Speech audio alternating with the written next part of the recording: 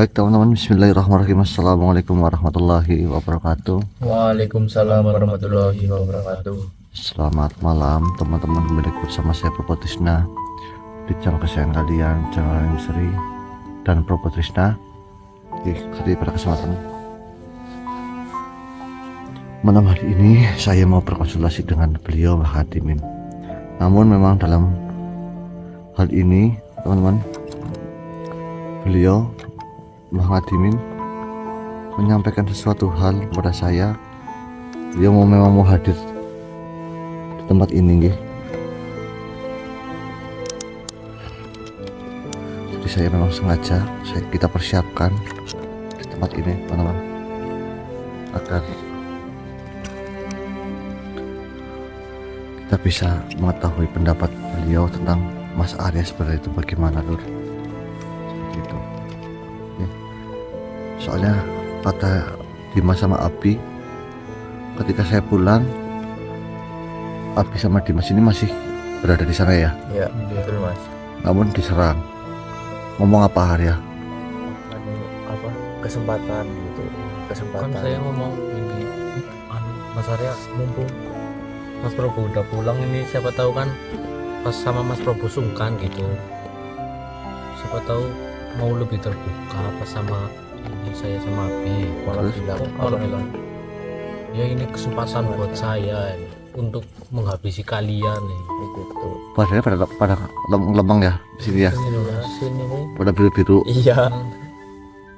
Ya nggak apa-apa, jangan pernah kalian memiliki rasa dendam Enggak, Mas. atau benci kepada Mas Arya, karena mungkin Mas Arya itu sedang lali, sedang hilang kesadarannya, seperti itu. Kita doakan saja ya teman. Saya udah nggak bisa berkata apa-apa lagi, Lur. Ya, tapi memang mau seperti apa memang sudah menjadi jalannya seperti itu, teman-teman. Namun saya akan menanyakan segala sesuatu yang pada Bang Hadimin, dan teman-teman perlu ingat ya, bahwasanya ya memang saya cek keberadaannya Mas Arya dan lain itu memang sedang merasakan ada sesuatu hal yang janggal, Lur. Saya rasa itu memang murni dari hatinya Mas Arya. Kok bisa seperti itu nggih?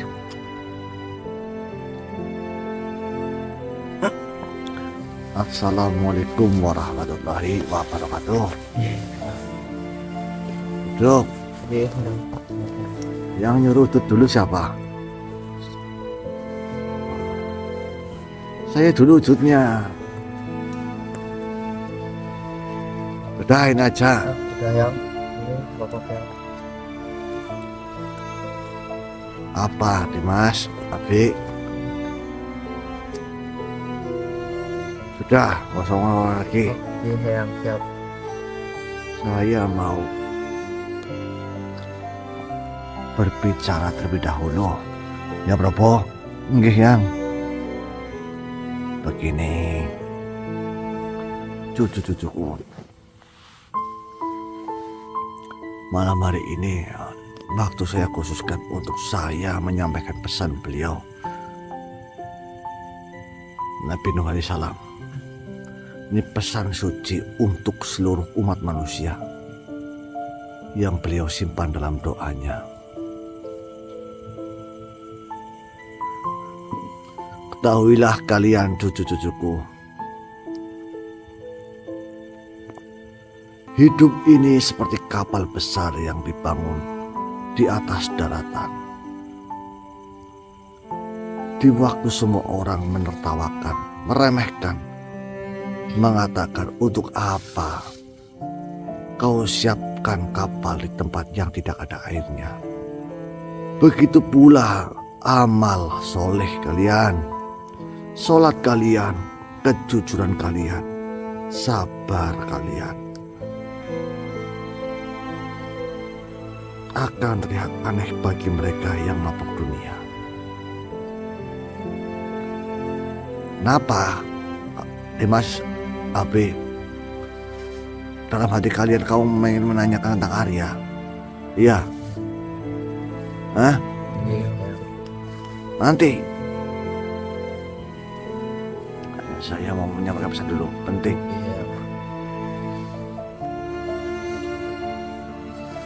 Namun, bila badai datang, mereka akan mencari tempat berlindung, dan hanya kapal yang dibangun dengan keyakinan yang akan menyelamatkan penumpangnya. Ingat, Probo, Dimas, Abi, dan cucu-cucuku, hujan itu tidak memilih siapa yang basah. Hujan yang turun pada kaum Nabi Nuh bukanlah sekedar air. Ia adalah pemilah kebenaran dan sombongan. Ia membasahi atap orang beriman dan orang kafir sekaligus. Namun hanya yang bersiap yang selamat. Begitu pula ujian dari Allah, wahai cucu-cucuku.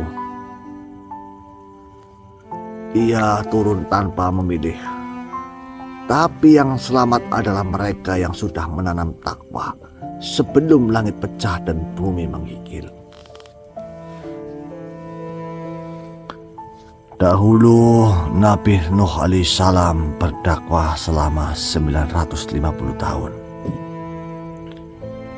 Lebih panjang dari umur seluruh umat manusia hari ini. Namun lihatlah, beliau tidak pernah mengeluh karena sedikitnya yang mendengar. Karena bagi Nabi, tugas bukan untuk dihitung dalam hasil, tapi dalam kesungguhan. Ya, Mas, B, ya cucu-cucuku. Dan cucu-cucuku, jangan pernah hitung amalmu. Jangan ukur kebaikan kalian dengan balas manusia. Karena waktu tak pernah mundur untuk mereka yang menyesal, dan pahala tak pernah lupa pada mereka yang sabar. Ya atau tidak, Dimas?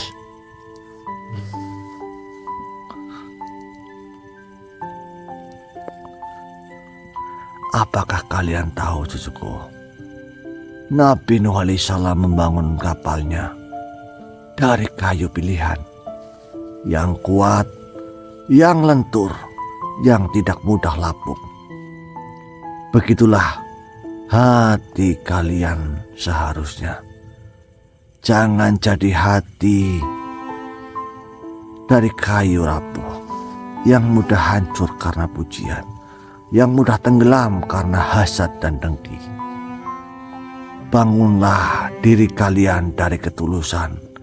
Ikatlah tiap bilah kayunya dengan sabar, dan pasangkan paku-pakunya dengan zikir. Maka walaupun banjir fitnah datang, engkau akan tetap mengapung menuju cahaya. Ya atau tidak? Hei, jawab. Iya, yang Iya. Ketahuilah, wahai cucu-cucuku, anak cahaya. Hidup ini bukan panggung untuk menampilkan siapa yang paling suci, tapi ladang ujian untuk melihat siapa yang paling bertahan di dalam sunyi. Engkau akan sering merasa sendirian seperti Nabi Nuh yang ditinggalkan oleh anaknya sendiri, yang memilih tidak ikut naik kapal. Namun tetap beliau tidak mencaci takdir, karena yang mengatur hati manusia bukan kita, tetapi Allah yang maha membolak-balikan hati. Jangan kecewa bila kalian mengemban amanah ditolak oleh manusia. Jangan patah bila kebaikan kalian tak dianggap, karena satu sujud yang ikhlas di dalam malam yang sunyi lebih kuat dari ribuan tepuk tangan di siang hari.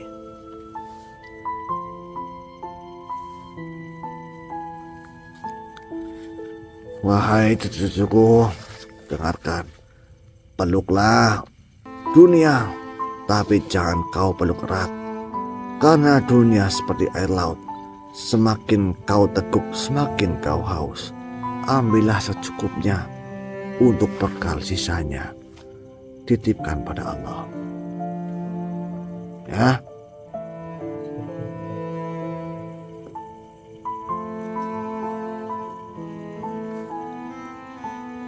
Namun perlu kalian ingat, berhentilah mengira bahwa hidup kalian panjang, cucuku.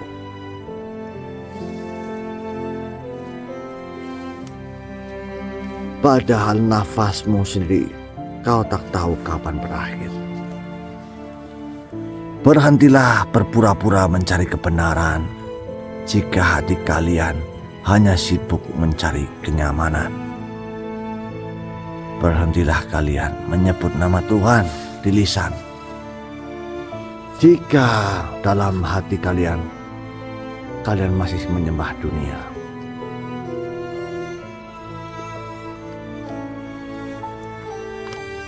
Kalian sujud tapi bukan karena rindu, melainkan karena takut kehilangan dunia. Kalian menangis bukan karena sadar akan dosa, tapi karena dunia tidak memihak kalian. Kalian berdoa dengan tangan ke langit, namun hati kalian terikat pada tanah. Kalian membaca kitabnya, tapi hanya untuk mencari dalil agar menang dalam debat, bukan untuk membenahi diri kalian yang retak.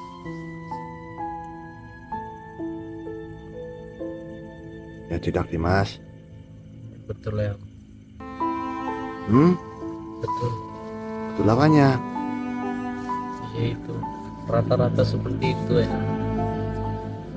Seperti yang kata. Wahai cucuku, dengarkan, ini adalah pesan dari beliau. Wahai manusia, jangan berharap kebenaran akan memeluk kalian jika kalian terus membumbui cahaya.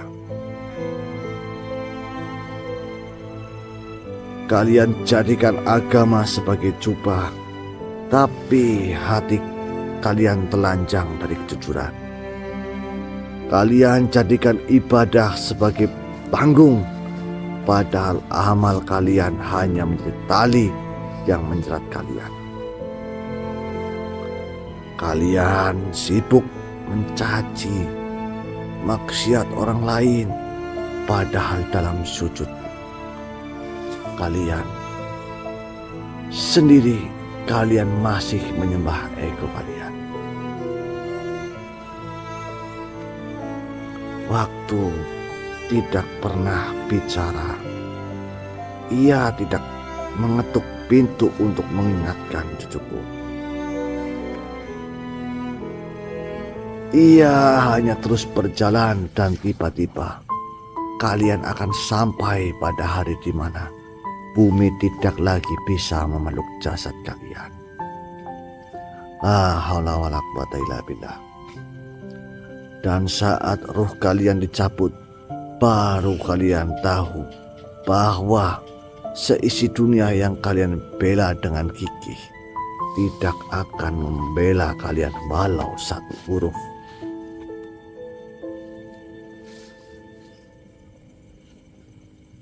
Cucu-cucuku,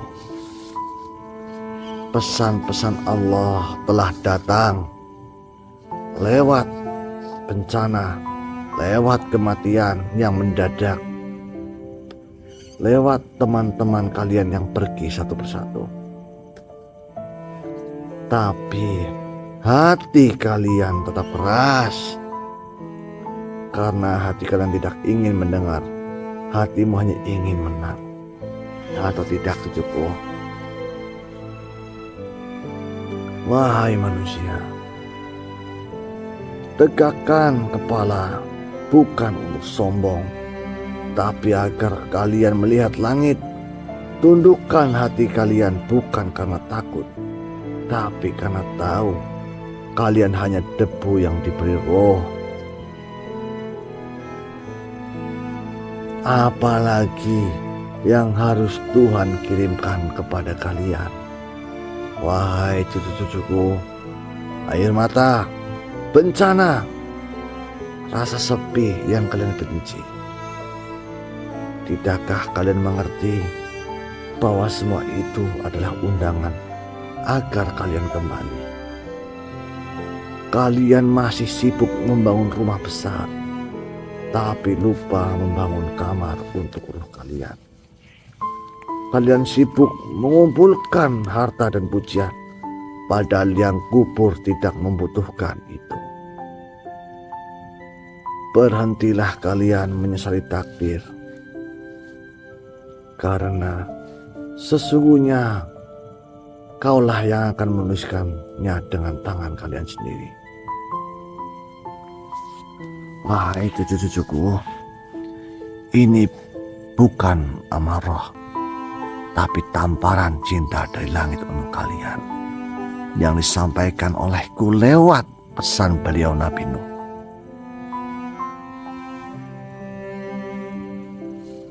Karena yang mencintai kalian tidak lagi membiarkan kalian tertidur di tepi jurang.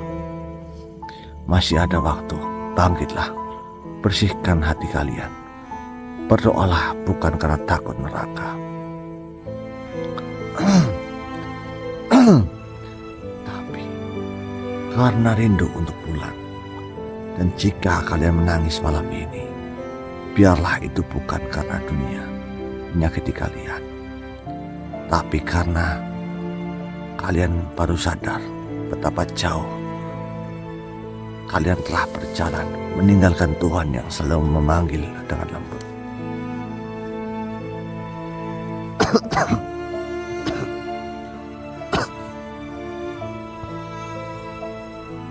Iya, insya Allah. Namun ini yang akan saya sampaikan lagi. Jadi mas, sebelum kalian bertanya tentang Arya,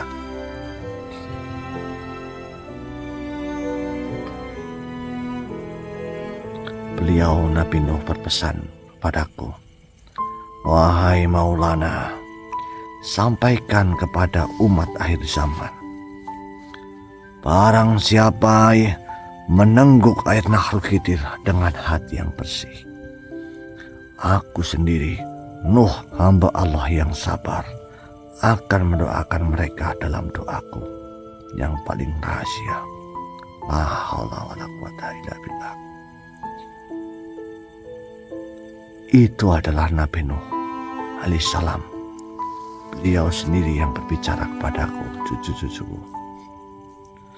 Cucu-cucuku, air Nahrul Khidir bukanlah air seperti yang kalian minum sehari-hari. Ia bukan air dari bumi. Bukankah kalian tahu? Ia bukan air yang akan menghilangkan haus jasad kalian, tapi air yang akan membangkitkan kembali roh yang hampir mati. Ia bukan menyembuhkan luka daging, tapi untuk menyembuhkan luka jiwa yang telah lama tertutup oleh topeng dunia. Dan Nabi Nuh alaihissalam berkata padaku, dengarkan, silahkan, tidak silahkan. Wahai Maulana, sampaikan pada umatmu, setiap yang dengan tulus meneguk air Nahrul Khidir akan kudoakan dalam sujud terakhirku, dan aku akan menjadi saksi di hadapan Rabbul Izzah atas keikhlasannya. Subhanallah walhamdulillah wala ilaha illallah wallahu akbar. Bayangkan cucuku, doa dari seorang nabi yang hidup lebih dari 950 tahun di dunia, yang menanggung kehinaan, ditertawakan, disakiti, bahkan kehilangan anaknya. Doa dari beliau akan menyelimuti orang yang meneguk air Nahrul Khidir seperti pakaian cahaya yang tidak akan luntur oleh dosa.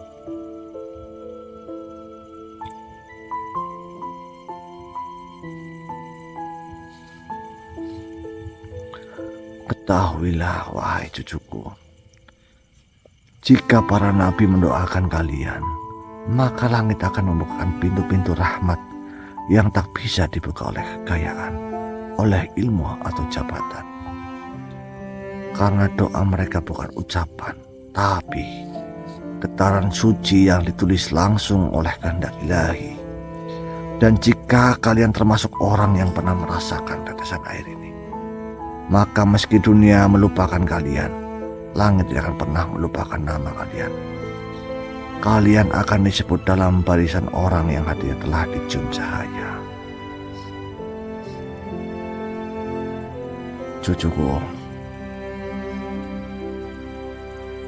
apakah kalian masih tuli, buta, lantas tidak mau mengambil air itu? Sebelumnya mohon maaf Eyang, ya karena memang mahalnya kemahalan Eyang, sehingga banyak sedulur yang memang masih mengunjung akan hal itu Eyang. Ya, terus siapa yang perintah utuh tapi Mohon maaf Eyang. ini mendekat? Aduh. Dah, utut boleh. Dimas, utut boleh. Iya Eyang. Iya. Ya, baiklah Prabu. Jikapun memang itu yang menjadi permasalahan, uruslah kau yang bisa mengurusnya. Nih yang terlebih lagi yang mohon maaf, saya ingin bertanya. Mungkin pertanyaan ini menyangkut Mas Arya Eyang. Apakah Eyang tahu kenapa Arya bisa sampai seperti itu Eyang? Bahkan Arya sampai ingin berhenti mengemban amanah. Dan lebih dari itu Eyang, dia menyerang saudaranya sendiri Eyang. Ya Nadim.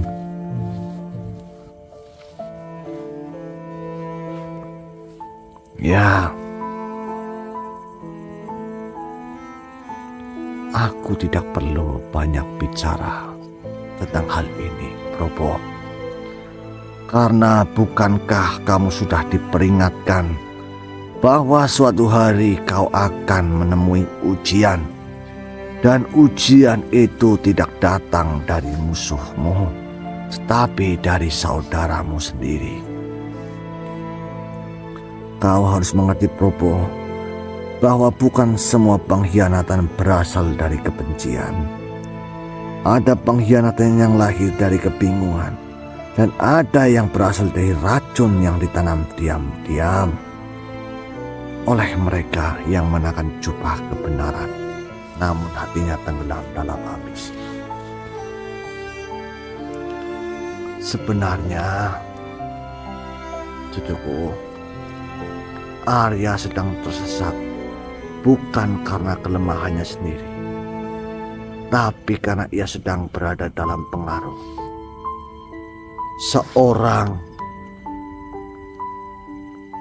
muridku.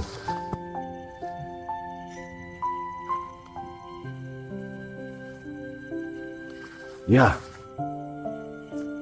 muridku. Maksudnya Eyang?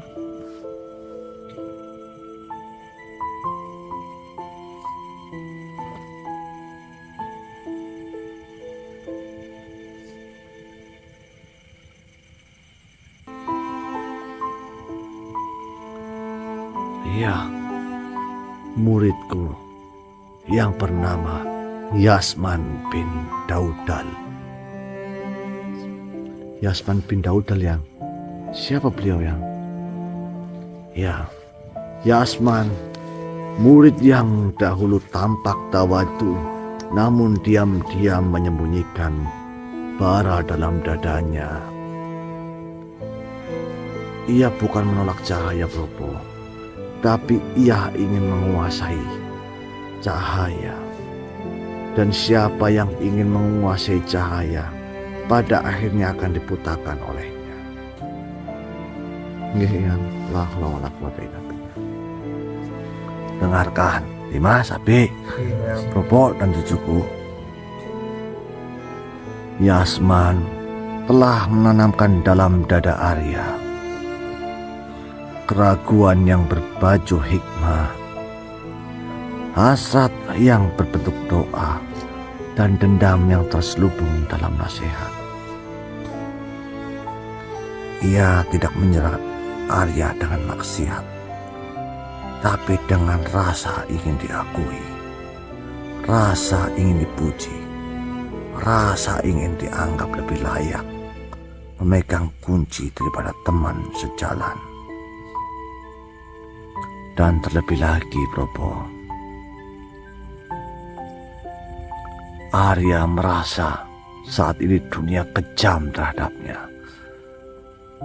karena calon anaknya telah kembali kepada Sang Pencipta, Allah Subhanahu wa Ta'ala. Bukankah anak Arya meninggal dalam kandungan? Itu pula celah di mana Yasman bisa merasuk ke dalam hati Arya dan istrinya, Brobo.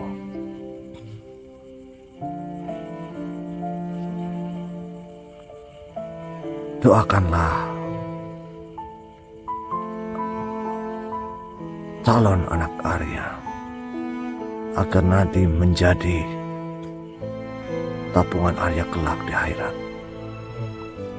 Dan perlu diingat, Arya tidak menjerat atau Yasman tidak menjerat Arya dengan maksiat, tapi dengan hal-hal yang membuat Arya kelimpungan dalam hatinya. Dan rasa yang ditebar oleh Yasman bin Daudal itu sudah tumbuh, maka amanah akan menjadi beban, bukan lagi menjadi kehormatan. Wahai cucuku,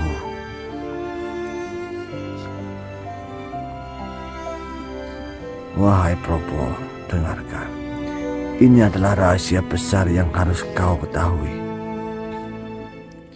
Banyak orang terlihat baik, tapi hatinya sedang berperang dengan keinginan untuk menjadi yang paling mulia.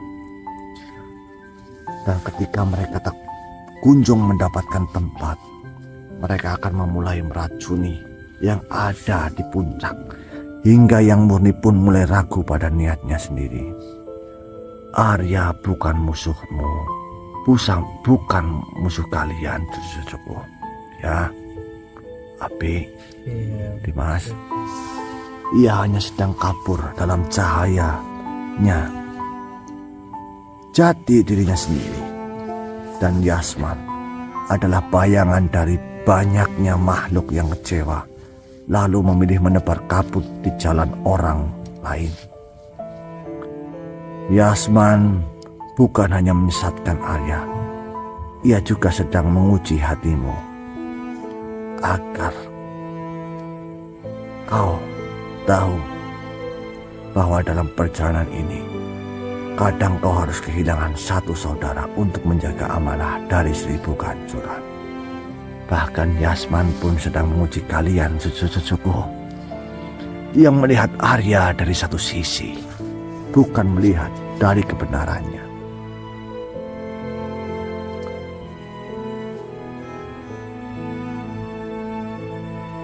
Dan ingat, jika kelak kau bertemu Yasman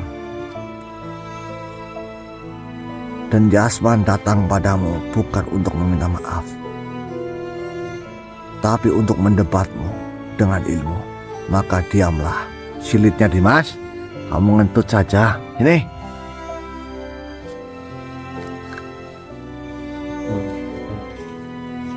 Aduh.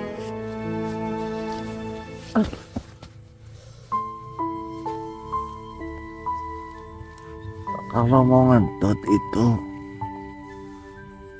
ngomong, minta izin. Mohon maaf ya. Tolol. Saya lanjutkan. jika nanti Yasman datang kepadamu, bukan untuk meminta maaf, tapi untuk mendebat dengan ilmu, maka diamlah. Karena tidak semua perdebatan perlu dimenangkan. Kadang keheningan adalah benteng terbaik dari cahaya. Ujian ini, Propo, adalah tahap yang harus dilalui setiap penjaga amanah. Engkau belum dikatakan kuat sampai engkau dihianati oleh yang dulu berjalan bersamamu. Engkau belum dikatakan ikhlas sampai engkau tetap mendoakan orang yang ingin menjatuhkan. Engkau belum disebut penjaga cahaya sampai engkau sanggup bersinar tanpa harus membakar yang lain. Paham, Propo? Ya, insya Allah ya. Berarti Yasmin itu sebenarnya murid yang bagaimana ya?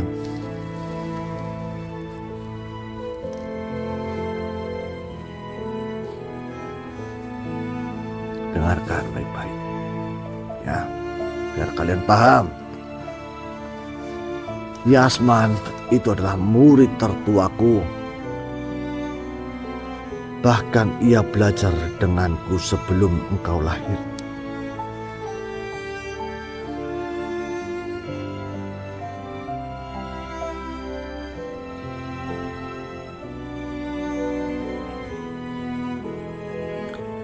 Ia duduk di hadapanku saat langit belum berbicara padamu. Ia menghafal seluruh ajaran, memahami setiap isyarat makrifat. Bahkan pernah aku utus ke tempat-tempat yang tak mampu dijangkau oleh orang lain. Ia ahli dalam ibadah, zikirnya panjang, puasanya tak pernah putus, dan diamnya seperti samudra yang dalam. Namun cucu-cucuku, inilah yang harus kalian ingat. Tidak semua yang tampak dalam adalah dalam yang benar. Yasman mempelajari makrifat terlalu dalam, namun lupa menyandarkan hatinya pada syariat yang lurus. Ia menyeberangi samudra hakikat, namun melupakan pelampung ketaatan. Lama-kelamaan ia mulai merasa bahwa dirinya telah menyatu dengan Tuhan. Ia merasa bahwa kehendaknya adalah kehendak Tuhan. Ia merasa bahwa ia bukan lagi hamba, tapi menjadi Tuhan itu sendiri. La haula wala quwwata illa billah. Inilah puncak kesesatan, Propo.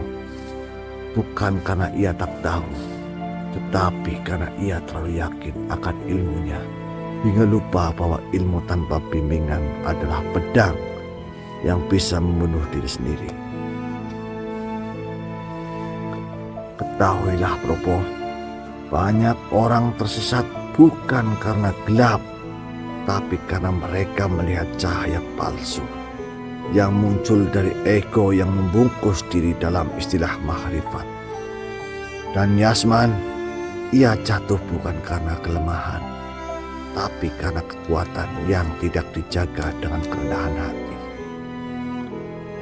Ia tersesat karena merasa tidak perlu lagi dibimbing, tidak perlu lagi sujud, tidak perlu lagi minta ampun, karena ia merasa telah menjadi sumbernya. La haula wala quwwata illa billah ya. Saya baru tahu kalau yang memiliki murid tertua bernama Yasman ya. Ya, Propo, ini ujianmu. Sekarang dengarkan aku baik-baik. Yasman itu sangat kuat. Ia memiliki semua ilmu yang pernah kutanamkan. Apa yang kau pelajari dalam 7 tahun, ia ku ajarkan dalam 7 bulan. Dan bila aku ingin mengalahkannya, aku bisa melakukannya tanpa berdebrobo. Tapi aku tidak. Karena ini bukan ujian untukku. Ini ujian untukmu. Nggih, Yang. Lantas saya harus bagaimana, ya? Ujian bukan untuk mengukur seberapa banyak kau bisa bertarung, tetapi apakah kau sanggup menyelamatkan saudaramu sendiri dari bayangan yang menyamar menjadi cahaya? Kau tidak bisa menyelamatkan Arya dengan kemarahan Bobo. Kau tidak bisa memantah Yasman dengan debat ilmu, karena mereka tidak sedang lapar logika. Mereka sedang tenggelam dalam kehampaan yang dikuasai oleh istilah suci. Yang bisa menyentuh mereka bukan argumen, tetapi pantulan nur rohani, pantulan kesabaran, pantulan cinta yang tidak menuntut menang. Jika engkau benar dalam jalanmu, maka cahaya dari amalmu akan menyilaukan bayangan mereka tanpa perlu kau bertindak. Dan bila mereka kembali, maka sambutlah tanpa menyebut luka, karena kemenangan sejati bukan saat musuh kalah, tapi saat saudaramu pulang dalam keadaan utuh. Ingat baik-baik, Bobo. Cahaya sejati tidak pernah merasa dirinya terang, karena ia sibuk menerangi, bukan sibuk dilihat. Sedangkan bayangan akan selalu berdiri menempel di belakangmu, meniru bentukmu, berusaha menyamakan langkahmu, hingga satu-satunya cara mengalahkannya adalah berjalan menuju cahaya yang lebih tinggi hingga bayangan itu hilang dengan sendirinya. Eyang, jangan takut. Bobo, langkahmu mungkin sunyi, tapi tidak pernah sendiri. Jika hatimu bersih, Tuhan akan membuat langit bersaksi dan bumi menopang setiap jalanmu.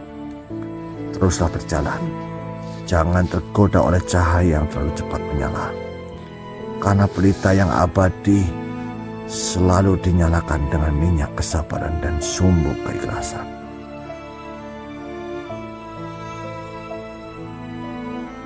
Kau paham itu, Bobo? Insya Allah, ya. Dimas, Abi, Iya. tak cucu-cucuku apa kalian paham? Begitulah, Bobo. Ini ujian berat untuk dirimu. Kau harus melawan Arya dan melawan Yasman. Tapi gunakanlah segala sesuatu kemampuan yang ada di dalam dirimu, penuh dengan kelembutan, bukan dengan kekuatan. Selebihnya, kau tahu apa yang harus kau lakukan dengan air Nahrul Khidir. Yang baik, yang baiklah, Bobo, saya pamit. Assalamualaikum warahmatullahi wabarakatuh. Waalaikumsalam warahmatullahi wabarakatuh. Waalaikumsalam warahmatullahi wabarakatuh, yang oh, pantas saja, Lur. Ternyata Mas Arya ini dipengaruhi, dan ini karena beliau Eyang Adimin yang membuka bahwasanya seorang anak dari Mas Arya itu meninggal dunia, ya. Jadi kita doakan, Lur, wa khususan wa ila ruhi buat anak Mas Arya. Mudah-mudahan anak Mas Arya menjadikan rohnya adalah anak emas di surga sana. Ya Allah, lahumul fatihah. Bismillahirrahmanirrahim.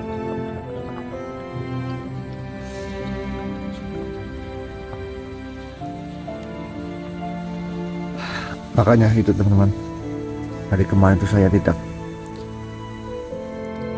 upload video, saya hanya upload ini memang karena masalahnya komplek nih, ya. Ternyata ada Yasman bin siapa tadi, Daudal, ya, yang merasa masuk ke hatinya Mas Arya terus. Dan juga teman-teman,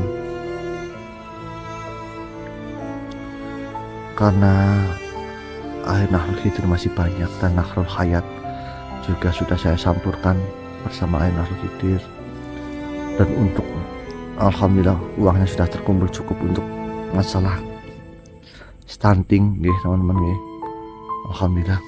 Insyaallah untuk saat ini bagi teman-teman yang mau memaharkan air Nahrul Khidir dan air Nahrul Hayat yang sudah saya jadikan satu, yang sudah saya campurkan.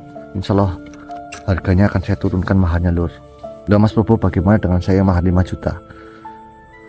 Bagi teman-teman yang memaharkan 5 juta, berarti teman-teman itu memiliki air yang murni, belum dicampurkan nggih. Seperti itu. Namun untuk saat ini, agar teman-teman semuanya bisa meneguk air Nahrul Khidir dan Nahrul Hayat, saya turunkan maharnya lur. Nggih. Saya turunkan maharnya menjadi 500.000 lur. Untuk naik air Nahrul Khidir 500.000, air Nahrul Hayat 500.000, namun sudah dicampur dengan air lur. Oke. Jika teman-teman ingin mendapati kedua-duanya yang sudah saya campur menjadi satu, itu saya maharkan 1 juta. Teman-teman bisa nanti langsung WA ke sini, jangan WA ke saya nggih. WA ke sini kita teman-teman nggih. Monggo teman-teman. Air Nahrul Hayat dan air Nahrul Khidir kemungkinan besar hanya ada 100 botol. Nggih. Air Nahrul Khidirnya 100 botol, air Nahrul Hayatnya 100 botol, dan air yang sudah dicampur itu 100 botol teman-teman. Mudah-mudahan kalian semuanya bisa memahari itu dengan mahar yang cukup murah teman-teman. Mungkin begitu saya teman-teman. Saya akan mempersiapkan segala sesuatu untuk menghadapi Yasman bin Daudal teman-teman. Bagi teman-teman yang mau memaharkan silahkan hubungi. Sekian dari saya. Assalamualaikum warahmatullahi wabarakatuh. Waalaikumsalam warahmatullahi wabarakatuh.